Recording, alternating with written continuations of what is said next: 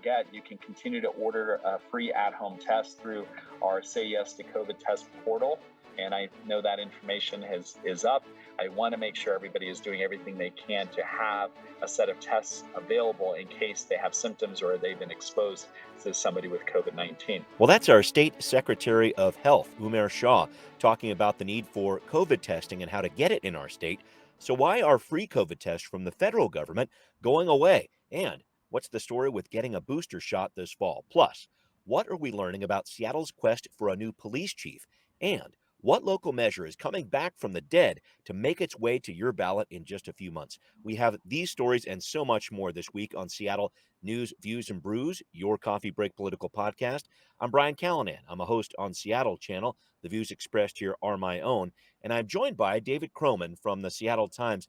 And David, we're going to talk about Sound Transit on the show a little bit later on, but I saw you had mentioned earlier in a wonderful tweet, Julio Rodriguez, rookie superstar of the Mariners, he's getting some Sound Transit-like money in a new contract with the M's, a deal that could go as high as $470 million over the next 17 years. So definitely big money, but a lot of it based on performance levels. And it had me wondering, should Sound Transit pick up Mariners president Jerry Dipoto as a special advisor so we could build some of this into ST3, get these projects going a little faster? What do you think? Yeah, I think that's maybe they could use the help. Well, it was mostly the fact that this contract could go till 2039, which is it's amazing. It's a by long time. Yeah, so maybe at the end of Julio's contract, you will maybe possibly be able to take light rail from West Seattle to Ballard. I can't wait. Well, thanks for breaking that piece down. Thanks, David, always for joining me here. Thanks also to our listeners. Thanks to City Grind Espresso, our background noise sponsor for the audio podcast. They're on the first floor of City Hall. Thanks also to our patrons. We're hoping to welcome more of you aboard at the $10 level so we can send you your very own Seattle News, Views, and Brews coffee mug and feature you on our mugshot of the week. This week, it's Thomas. Looks like a fine cup of coffee outside on the bistro table there. Thank you, Thomas, for sending that in. And enjoy this glorious end of summer as long as you can outside. Still so nice and warm. If you do listen, please do become a patron. We would love to have your support. That's Seattle News, Views, and Brews on Patreon. Finally, thank you to Converge Media. The video of the podcast airs on Converge Wednesday nights at 7. All right, let's get her going with right here, right now. David, some COVID news to discuss with you. I keep seeing these indicators that maybe we are emerging from the pandemic. We had this recent announcement from the feds that those free COVID tests they used to mail out to you, well, that program is going away this Friday. Now, our state, as you heard at the top of the show, is continuing its free testing program, so that's still out there. And there is still some concern at the state level about some strain on our hospital system locally. But David, just looking at this federal program going away, what does that say about where we are in the pandemic? Because I'm seeing some trends that look promising, but still about 500 people dying every day in the U.S. from COVID. Yeah, I mean, I think in some ways it's just probably the government is feeling what a lot of individuals are feeling, which is they don't feel like they have the momentum or the will to kind of keep up the same level of vigilance that they'd had before. And so, we saw kind of an unprecedented period of government intervention during the pandemic and, like free tests, stimulus checks, a lot more kind of safety net and support around this stuff. And that's, starting to go away. And I think just because the political will is not quite there and voters it is not the thing that voters are bringing up to politicians as much as they used to. I think I read that this next round of COVID booster shots will probably be the last free ones. Yeah. And so, it seems like we're fair or not starting to make the pivot back toward, what healthcare looked like before the pandemic. Right.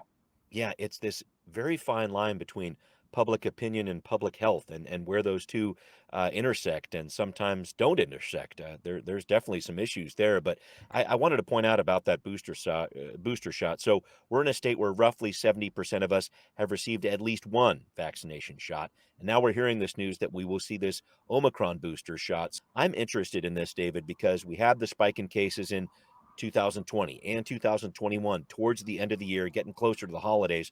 Are we going to see that again? Would that lead more people to get a booster and looking at what happened over the past couple of years, or are people just done with it and not going to get that additional shot. What do you think? Well, not that many people got. I mean, with each new shot, the participation has dropped off. Yeah. A lot fewer people got the first booster than the first round. Yeah, and right. then, for folks who are qualified, the participation in the fourth booster has gone way down. So, I don't know. I mean, maybe some of that is people waiting for the kind of more Omicron tailored booster to come around. And if that's true, maybe we'd see higher participation. But yeah, I mean, I think for a lot of people, they've just decided they're done. And I think with that comes maybe not as high participation as we'd like to see. Right. And it's just one of these interesting, I guess, mixed messages is the way I look at it here, because you've got cruise lines allowing unvaccinated passengers now. I saw that in the headlines a couple of days ago. But then we still have some concern about this and hey, make sure you get your booster shot. Do you sense that whole mixed message piece of this? Because I think that's been a big issue over the extent of the pandemic here when it comes to public health, handing out information.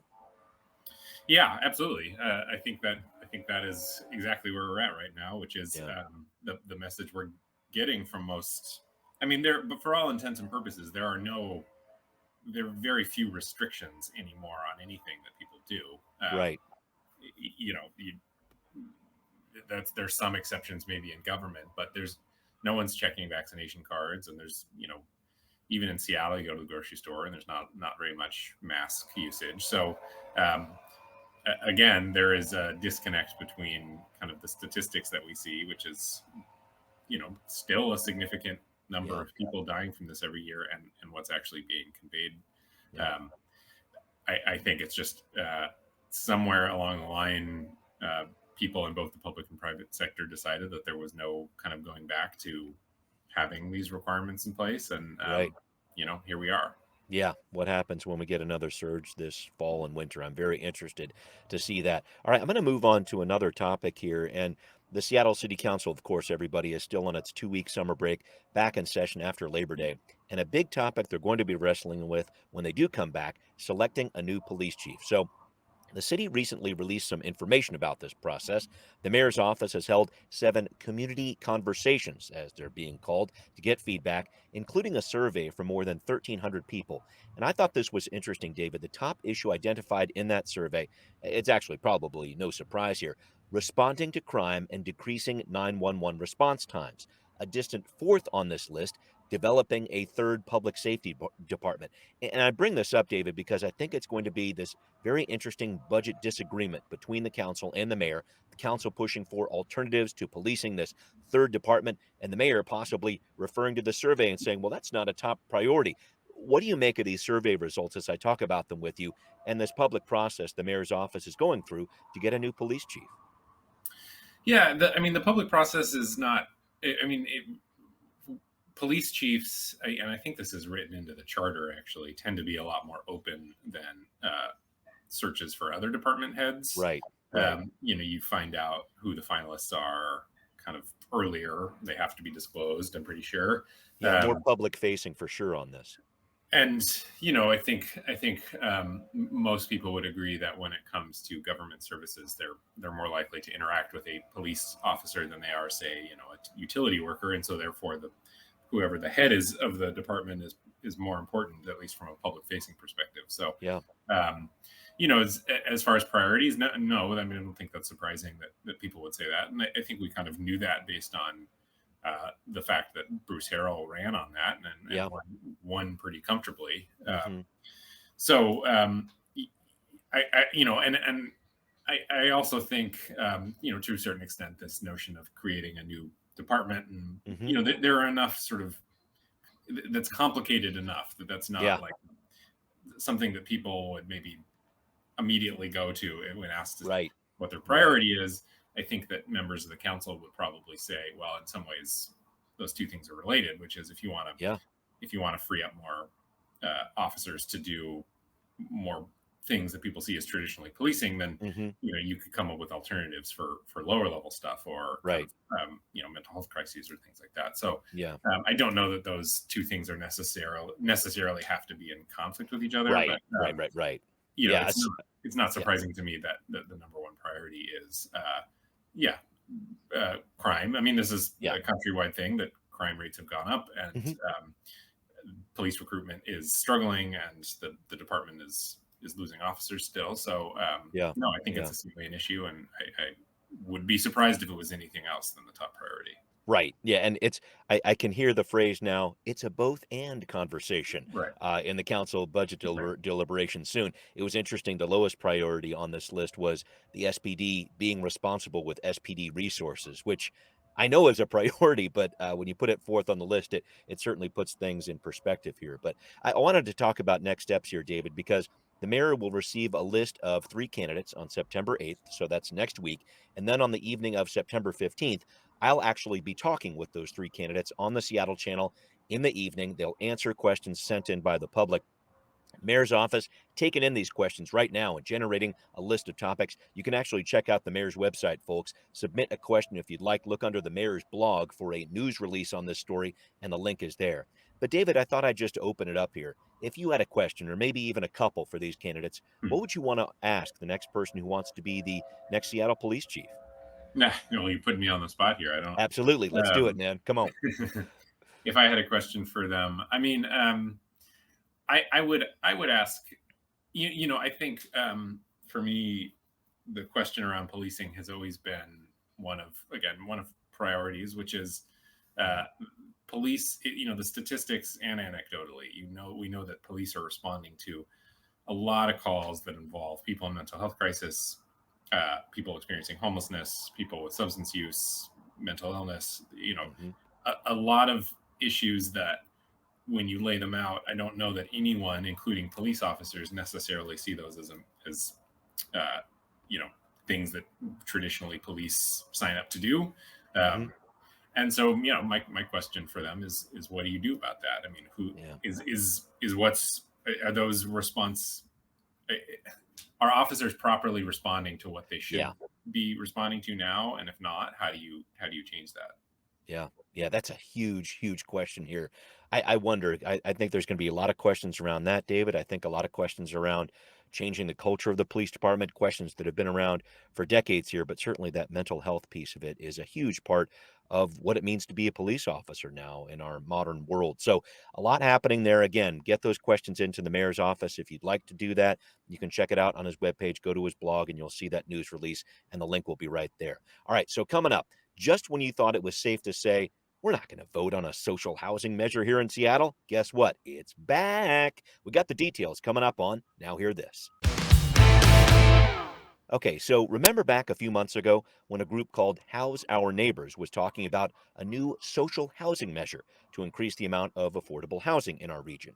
They wanted to make the November ballot, but did not. Fell about 5,000 signatures short of that back in June. So after that, there's a 20-day window to try to get those extra signatures allowed to these initiative makers. So House Our Neighbors got those signatures, but turns out they're going to be too late for the November ballot, so get ready for a special election in the early part of 2023. Why is this measure needed? Just getting some background on this. I asked that question of Tiffany McCoy, the co-chair of the Yes on I-135 campaign. This was on the Seattle channel back in May. Under current affordable housing mechanisms that are all ultimately dependent on federal financing mechanisms, which are extremely restrictive and onerous, we will never meet our housing needs at scale. So that's why we, through the House Our Neighbors Coalition, are putting forward Initiative 135. Well, David, a little more background on this to start. I-135 would establish a public development authority to build units that would be owned by the public and permanently affordable for people making 0 to 120% of the area median income. The way it's funded, it's a combination of government grants, low interest loans that bond against future revenue, and rent from higher income residents, subsidizing lower income residents. There was a lot of tenacious work to get this on the ballot, getting those extra signatures, but it'll be something around a February vote, it looks like, and that generally means fewer people show up. How do you think that affects how this measure will turn out? Your thoughts about seeing this on the ballot now after it didn't look like it was going to make it back in November? Yeah, I mean, I think it just comes down to is it understandable enough to people that they want to back it?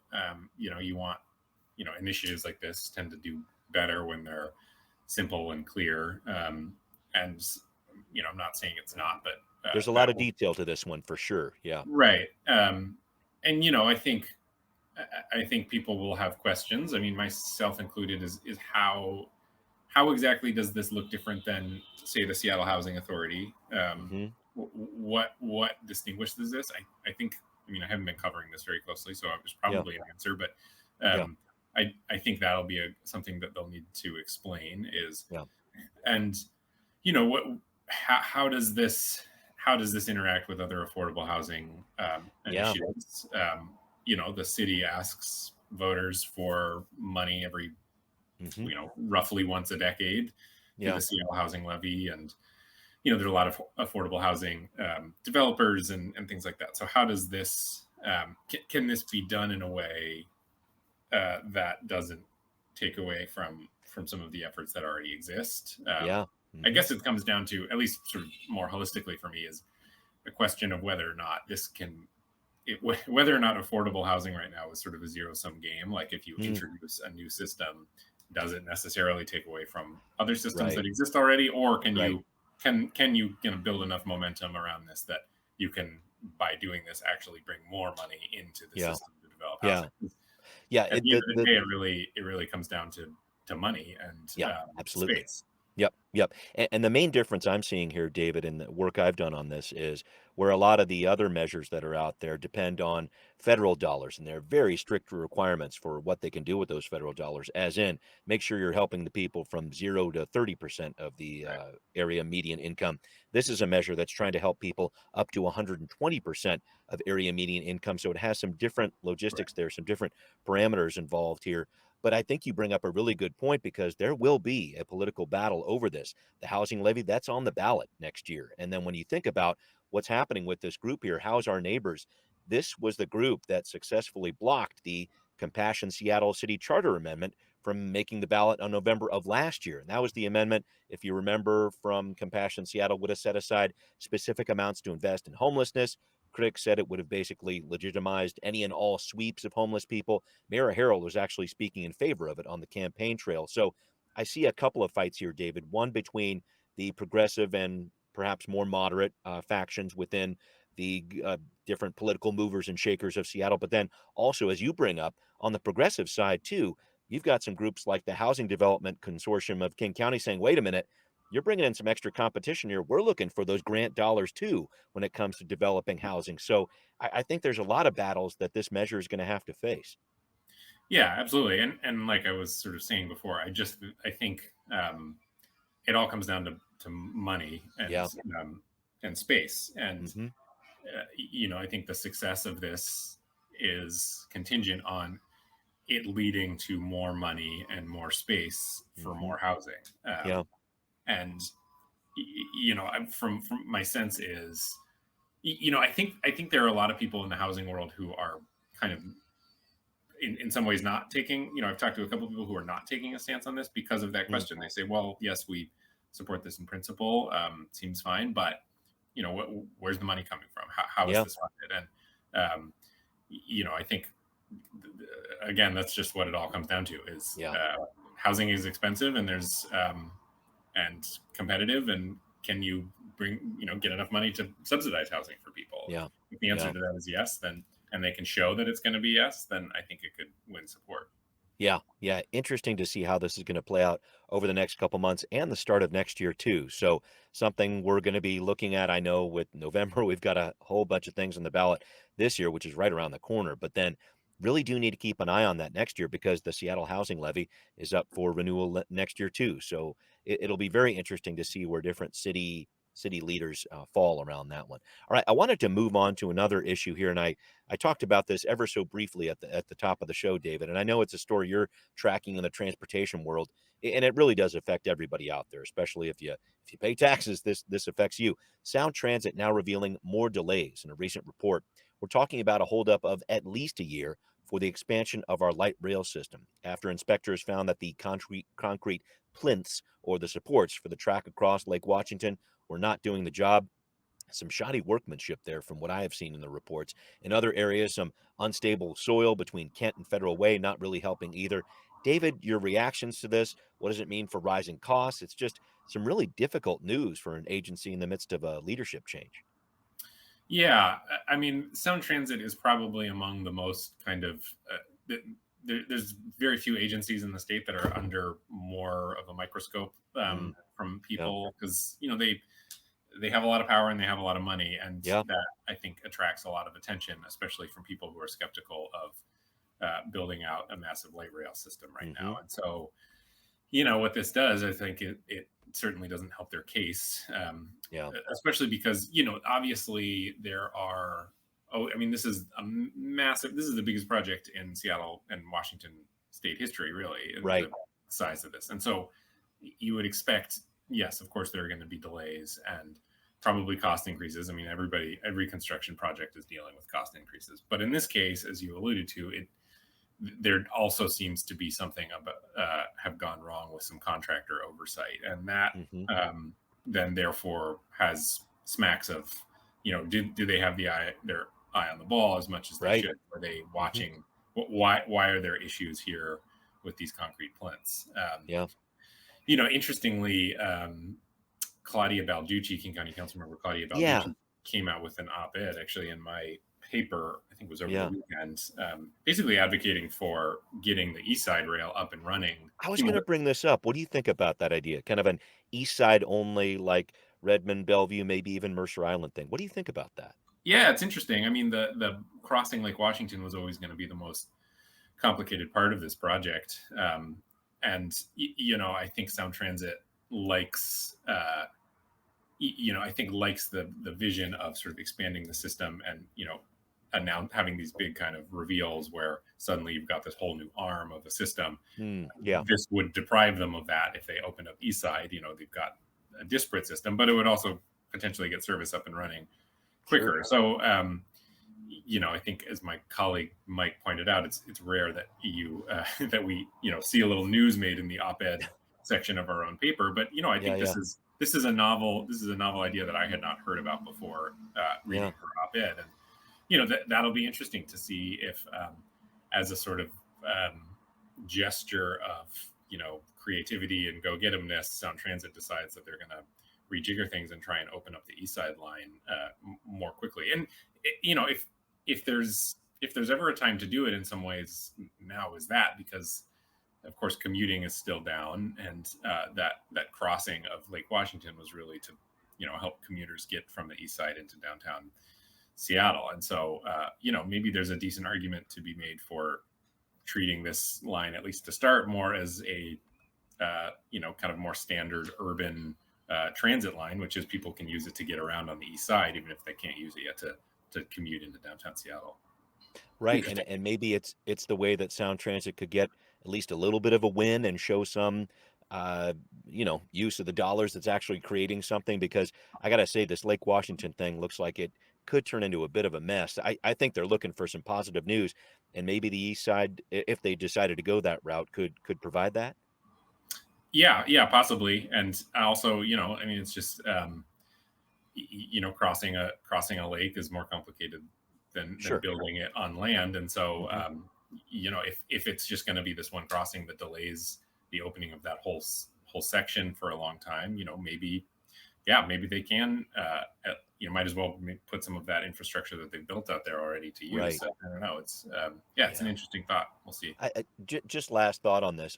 You've covered some of these mega projects before. I just wonder how much rejiggering, retooling, or whatever would be needed to change that focus, because clearly they've got some big issues there crossing Lake Washington. Do they have the bandwidth, the juice, however you want to look at it, to move things, and logistically could it work? I guess those are the big questions they have to figure out right now. Yeah, I don't know the answer to any of that. But, I wish that's going to be super interesting to figure that one out. So thank you for breaking all those pieces down there with me, David. All right, up next, we're going to talk a little bit more about transportation dollars here, specifically for bike and pedestrian projects across the state. David's got you covered on Transportation Talk. David, you had a piece recently in the Seattle Times about cities and counties pushing for some state dollars for bicycle and pedestrian projects. A lot more of these local governments, including smaller ones, are reaching out for the support. Why is that happening? What did you find out? Yeah, it's interesting. So, I mean, the state has made available these grant dollars for bike and pedestrian projects and routes to school for many years now. But Hmm. interestingly, a lot of smaller towns and cities had basically given up on ever applying to these because uh, they just didn't have the resources, time, and energy to put together grants, and their Right. odds of they were not winning them. They weren't getting the grants, and so they had just kind of given up on ever applying. And as a result, interest in these programs had kind of stagnated for a while. But during the last legislative session, Democrats almost exclusively passed this $17 billion Yeah. transportation package, and as part of that, there's a little over a billion three for pedestrian and bike and Hmm. walking projects and things like that. And so Yeah. these grant programs got a pretty big boost in the arm.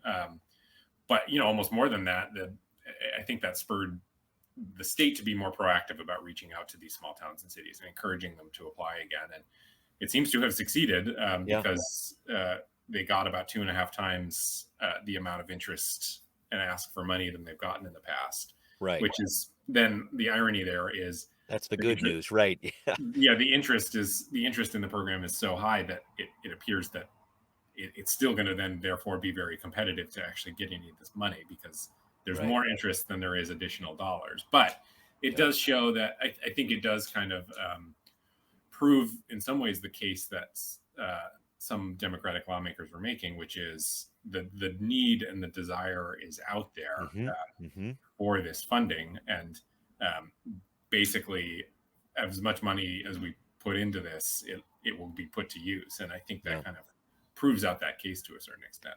Right. And you mentioned these different smaller governments out there having some issues just putting resources towards the grant process, which can be onerous. And then also, I think it's an issue of some of these different projects of, oh boy, we just need to connect that last piece of sidewalk out there. I mean, those cost some big money too, and not all city governments are able to get the wherewithal together to make those happen. Can you talk to me about some of the different projects that we're talking about here? Is it sidewalk connections or what are we looking at?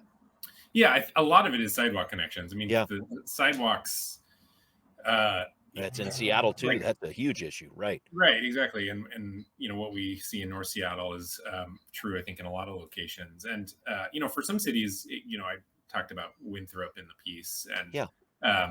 that's an interesting case because I don't know, for folks who have been to Winthrop, they've got that kind of Western theme downtown, and if you head south, there's that pedestrian bridge over the Right. river, and Yeah. it connects to this parking lot. And so part of their whole plan, they want to make that parking lot more of the kind of central parking area so that they have less cars in the downtown area and more people walking. And but that whole plan is sort of contingent on this one block of sidewalk that's missing, and they're really hesitant to execute that plan while telling people to walk on the side of a pretty busy road. And so it's more than just they want a scenic little walkway. It's really kind of a linchpin to the plan for that whole town. And so I think you can kind of a sidewalk in Seattle, obviously, certain projects in Seattle are important, but I think for some of these small towns, it really does oftentimes come down to if we can get this one stretch of pedestrian, make this one stretch more safe for pedestrians, it really does kind of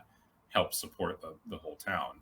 Interesting. Yeah, I see. I just remember going to Leavenworth over the past several years here, watching how that has transformed, turning that lower area near all the shops there into a pedestrian only area and taking cars out of there for parking. Certainly a lot safer, but you think about that, there really is a big connection between these projects where it's not just a sidewalk. This is something that provides a lot of economic impact here.